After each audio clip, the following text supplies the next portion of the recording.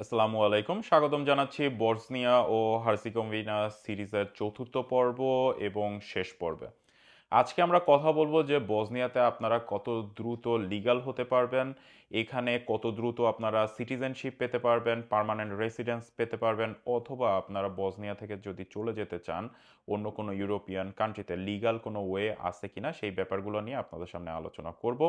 ভিডিওটি ভালো লাগলে দয়া করে একটু শেয়ার করে দিবেন, আর কোনো কিছু জানা থাকলে অবশ্যই কমেন্ট বক্সে জানাবেন।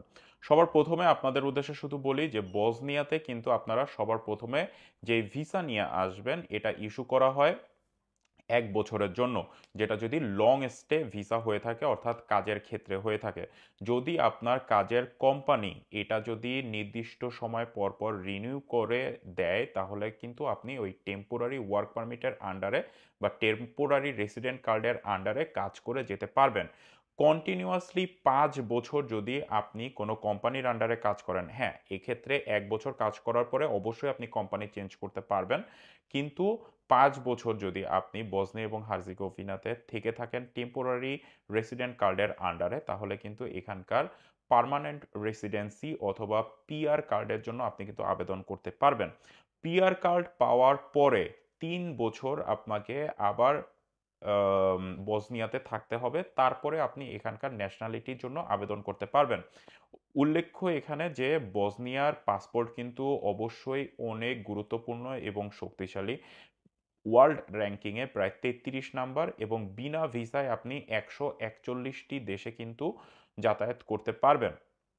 তো সেই কনসিডার যদি আমরা করি, সেই ক্ষেত্রগুলো যদি আমরা কনসিডার করি, তাহলে আপনি যদি বসনিয়াতে 5 বছর লিগালভাবে থাকেন তাহলে আপনি পার্মানেন্ট রেসিডেন্স পেয়ে যাচ্ছেন। এরপরে পার্মানেন্ট রেসিডেন্সের আন্ডারে যদি 3 বছর থাকেন, তারপরে অর্থাৎ ইন টোটাল 8 বছর বসনিয়াতে থাকার পরে আপনি কিন্তু সেখানকার নাগরিকত্ব অথবা পাসপোর্টের জন্য আবেদন করতে পারেন। অনেকেই এটা আসলে এত গুরুত্ব দিবেন না যে 8 বছর থাকবো বসনিয়াতে কি না কি আছে, কিন্তু ভাই বিশ্বাস করেন, আপনি যদি একটা গ্রুপ নিয়ে আসেন, বন্ধু বান্ধব নিয়ে আসেন, আপনি কিন্তু ইচ্ছা করলে বসনিয়াতে বিজনেস করেও, ইউরোপিয়ান লোকেদের সাথে বিজনেস করেও, তার কারণ ক্রোয়েশিয়ার সাথে একেবারে বর্ডার লাগোয়া, বিজনেস করে আপনি কিন্তু ভালো অ্যামাউন্টের টাকা আপনি কিন্তু ইনকাম করতে পারবেন। এবং আস্তে আস্তে আপনি কিন্তু বসনিয়ার নাগরিকত্ব যখনই আপনি পেয়ে যাবেন, আপনার জন্য কিন্তু ইউরোপ সহ অন্যান্য অনেক দেশ কিন্তু ওপেন হয়ে যাবে। এখন আমরা কথা বলি যে লিগালভাবে আপনারা কি ইউরোপের অন্য কোনো দেশে যেতে পারবেন কিনা বসনিয়া থেকে। এখানে উল্লেখ্য যে দেখেন, বসনিয়ার জঙ্গল নিয়ে অনেক তথ্য আপনাদের সামনে আসছে, অনেক ডকুমেন্টারি আপনারা দেখেছেন। এখানে হাজার হাজার বাংলাদেশি, পাকিস্তানি, আফগানি, আরও অনেক দেশ থেকে লোক সেঙ্গেন অঞ্চল অর্থাৎ ক্রোয়েশিয়াতে ঢোকার জন্য কিন্তু বসে আছে। এবং এই কথাটা আমি আপনাদেরকে বলে দিই, বসনি এবং ক্রোয়েশিয়ার যেই বর্ডার সেখানে কিন্তু জঙ্গল এবং পাহাড়ি অঞ্চল, অনেক মানুষ এখানে মারাও গিয়েছে। এবং কি পরিমাণ যে মাইর দেয়, হাত পা ভাইঙ্গা দেয় ভাই। একজনরে দেখছিলাম এই পিঠ হাত এইসব জায়গায় কালো রক্ত জমাট বেঁধে বেঁধে, মানে কি অবস্থা আপনি যদি বিশ্বাস না করেন কিরকম হয় আমি আপনাদেরকে বলি। সবার প্রথম আপনারা ক্যাম্পে থাকেন, যারা অবৈধভাবে বিভিন্ন দেশ থেকে পলায় আপনারা স্থলপথে বসনিয়ায় ঢুকেছেন অবৈধভাবে এবং আপনারা বসনিয়া থেকে ঢুকতে চাচ্ছেন ক্রোয়েশিয়ায়, আপনাদেরকে রাখা হয় একটা ক্যাম্পে।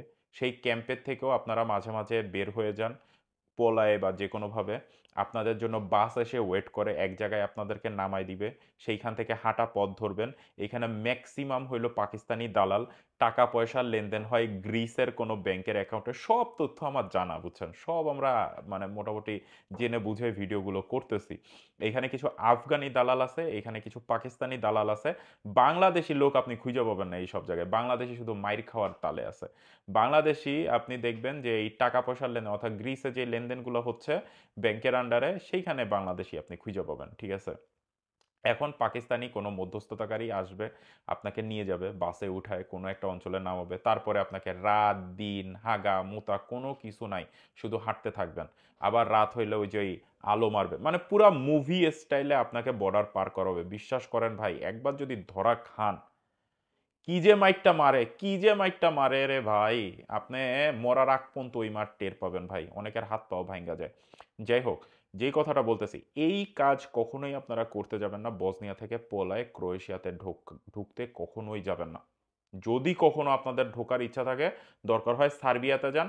সার্বিয়া থেকে পলায় আপনারা হাঙ্গেরিতে ঢুকেন। এই কথা আমার বলা ঠিক হচ্ছে না। কিন্তু তারপরেও আমি বললাম যে আপনারা এট লিস্ট বসনিয়া থেকে গেম মাইরা ক্রোয়েশিয়াতে ঢোকার চেষ্টা করেন না। মাইর খাইলে কিন্তু ওই মাইর আর কোনোদিন ভুলতে পারবেন না। এটা হলো প্রথম কথা। দ্বিতীয় কথা হলো লিগ্যালভাবে যাওয়ার কোনো উপায় আছে কিনা? হ্যাঁ, লিগ্যালভাবে যাওয়ার উপায় আছে। অনেক এজেন্সি যেই কাজটা করে আপনাদেরকে ১ম এ বসনিয়াতে আনে, তারপরে বসনিয়া থেকে আপনাদেরকে ক্রোয়েশিয়া, আপনাদেরকে পর্তুগাল, ইটালি বিভিন্ন কোম্পানিতে আপনাকে কিন্তু ঢুকায়। কিভাবে ঢুকায়?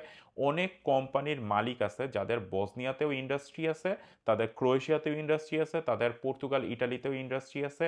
তারা কি করে? ১ম এ আপনাদেরকে বসনিয়াতে আনে, তার কারণ বসনিয়াতে আনাটা একটু ইজি। ওইখানে আপনাকে মিনিমাম ৮ মাস থেকে ১ বছর কাজ করা লাগে এবং ১ বছর কাজ করার পরে কিন্তু আপনি লিগ্যালভাবে ওই কোম্পানি থেকে এনওসি নিয়ে মানে নো অব্লিগেশন যেই সার্টিফিকেটটা থাকে সেইটা নিয়ে কিন্তু আপনি ভিসার জন্য আবেদন করে আপনি কিন্তু ইউরোপের যে কোনো কোম্পানিতে আপনি আসতে পারেন। কিন্তু অবশ্যই আপনাকে ভিসা নিয়ে আসতে হবে। আপনি বসনিয়াতে আসলেই যে আপনি ইউরোপের অন্য কান্ট্রিতে যেতে পারবেন এটা কিন্তু সম্পূর্ণ ভুল ধারণা। তার কারণ বসনিয়া এবং হার্জেগোভিনা কিন্তু কোনোভাবেই ইউরোপীয় ইউনিয়নভুক্ত কোনো দেশ না, কোনোভাবেই সেঙ্গেনভুক্ত কোনো অঞ্চল না, যার মধ্যে আপনারা অবাধে চলাফেরা করতে পারেন এই রকম কোনো দেশ না। কিন্তু এই জিনিসটা আপনাদের কাছে একটা অনুরোধ থাকবে, যদিও আপনারা যদি বসনিয়াতে আসতে পারেন ভাই, দয়া করে আপনারা অ্যাটলিস্ট এখানে ১ বছরটা থাইকেন। তার কারণ যে কোম্পানি আপনাকে আনতেছে তার তো লোকের দরকার বলেই আপনাকে আনতেছে। আপনার টাকাটা খাওয়ার জন্য তো আর আনতেছে না। এইখানে কনস্ট্রাকশনের কোনো একটা ফিল্ডে তার ধরেন ১০ জন লোক লাগবে। এখন আপনি আসলেন, এসে আপনি ২ দিনের মাথায় আপনি পলায় চলে গেলেন। তখন কি হবে? আপনি এই জিনিসটা একটু বোঝার চেষ্টা করেন। তখন আপনার এই আম সেই কোম্পানির তো ঝামেলা হইলই। আপনি পরবর্তী যদি কোনো বাংলাদেশীকে তারা রিক্রুট করতে চান, তার জন্য আপনাদের প্রতি কিন্তু একটা খারাপ ধারণা জন্মায় যাবে। এই জিনিসটা আপনারা মাথায় রাখবেন। তখন কিন্তু আর বাংলাদেশীদেরকে তারা রিক্রুট করতে চাবে না। যেটা অলরেডি ইউরোপের অনেক দেশে এই সেম সমস্যাটা কিন্তু দেখা দিয়েছে যে বাংলাদেশিরা এসে পলায় তাদের উদ্দেশ্যই থাকে ইটালি, পর্তুগাল, ফ্রান্স। ওইখানে গেলে কেমন জানি মানে মিষ্টি পাওয়া যায়। ওইখানে মধু, সব ওই জায়গায় মধু, মৌমাছির মতো যেই দেশেই আসুক না কেন, পলায় ওই দেশে। আগের রোমানিয়ায় যেটা আমরা দেখেছি, সার্বিয়াতে যেটা আমরা অলরেডি দেখতেছি, এই কারণে কিন্তু সার্বিয়ার অবস্থা একটু হইলেও খারাপ হইছে। আর বসনিয়ার অবস্থাও যদি আপনাদের ভিসাটা কিন্তু সবসময় ওপেন থাকে না, এখন কিন্তু লোক আসতে পারতেছে, ওয়ার্ক পারমিট ভিসা বসনিয়ায় ঢুকতে পারতেছে। তো আপনারা অ্যাটলিস্ট এখানে এসে কয়টা দিন থাইকেন, তারপরে আপনারা চেষ্টা করেন কোনো না কোনোভাবে আপনারা একটা ওয়ে খুঁজে পাবেন। সবকিছু তো আর ভিডিওর মাধ্যমে বলা যায় না, অনেক কিছুই সম্ভব। তো যদি আপনাদের যদি ক্ষমতা থাকে, কোনো যদি উপায় থাকে যে বসনিয়া আসার, আপনারা আপনাদের জন্য কিন্তু একটা ভালো অপশন হতে পারে। তো পরিশেষে আমি বলব যে দেখেন, যদি ভালো কোম্পানি আপনাদের জন্য কাজ করে, ভালো এজেন্সি কাজ করে, ২ মাসের মধ্যে আপনার ভিসা লাগতে পারে। আর যদি ভালো কোম্পানি না হয়, তারপরেও যদি আপনার কাজের অভিজ্ঞতা, আপনার এজেন্সি, এইখানকার ওয়ার্ক পারমিট ইস্যু করার যেই কোম্পানি, সব কিছু মিলায়ে যদি কাজ করে, ৬ মাস থেকে ৮ মাসের মধ্যে কিন্তু আপনার ভিসা হওয়ার একটা সম্ভাবনা থাকে। এবং আশা করি সম্পূর্ণ বসনিয়া নিয়ে আপনারা একটা ছোট আইডিয়া পেয়েছেন। এখন আপনাদের কিন্তু একটা আইডিয়া জন্ম নি আপনারা একটা সিদ্ধান্তে উপনীত হতে পারবেন যে আসলেই আমার জন্য বসনিয়া কি না।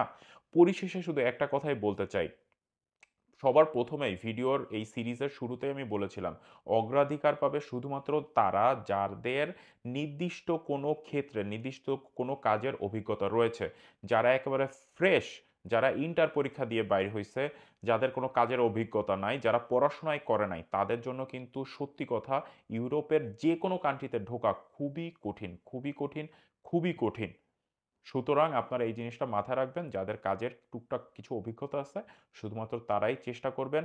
ইনশাল্লাহ আপনারা মধ্যপ্রাচ্য হোক, মালয়েশিয়া হোক বা অন্যান্য কোনো দেশ হোক, বাংলাদেশের বাইরে থেকেও আপনারা কিন্তু ভালো এজেন্সির মাধ্যমে আবেদন করে বসনিয়াতে আপনারা ঢুকতে পারবেন এবং এখানে সুন্দর একটা জীবন গড়ার কিন্তু একটা অপশন রয়েছে। আশা করি আপনারা আমার ভিডিওটি ভালো লেগেছে। যদি ভালো লাগে অবশ্যই দয়া করে একটু শেয়ার করে দিবেন, অন্যকে জানার সুযোগ করে দিবেন। আর আমাকে অবশ্যই জানাবেন অন্য কোনো দেশ সম্পর্কে আপনারা এইরকম কোনো ভিডিও চান কিনা, তাহলে আমি চেষ্টা করব সিরিজ আকারে এরকম ভিডিও আপনাদের সামনে উপস্থাপন করার। আজকের মতো আমি বিদায় নিচ্ছি। ভালো লাগলে দয়া করে আবারও বলতেছি একটু শেয়ার করে দিবেন। আসসালামু আলাইকুম। ভালো থাকবেন সবাই।